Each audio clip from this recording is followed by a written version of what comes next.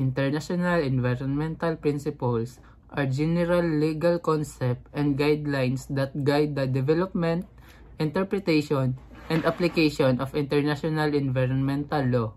They help countries and organizations manage environmental protection and sustainable development on a global scale. These principles are not always binding laws by themselves, but they influence treaties, national legislation, and court decisions. Many of them are found in major international declarations such as the 1972 Stockholm Declaration, the 1992 Rio Declaration, and the 2015 Paris Agreement. Let's talk for 3 declarations.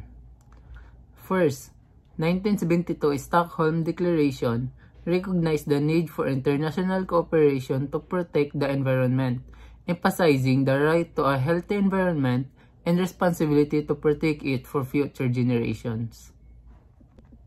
The second one is the 1992 Rio Declaration, focused on integrating environmental protection and economic development, introducing principles like sustainable development, precautionary principle, and polluter pays principle.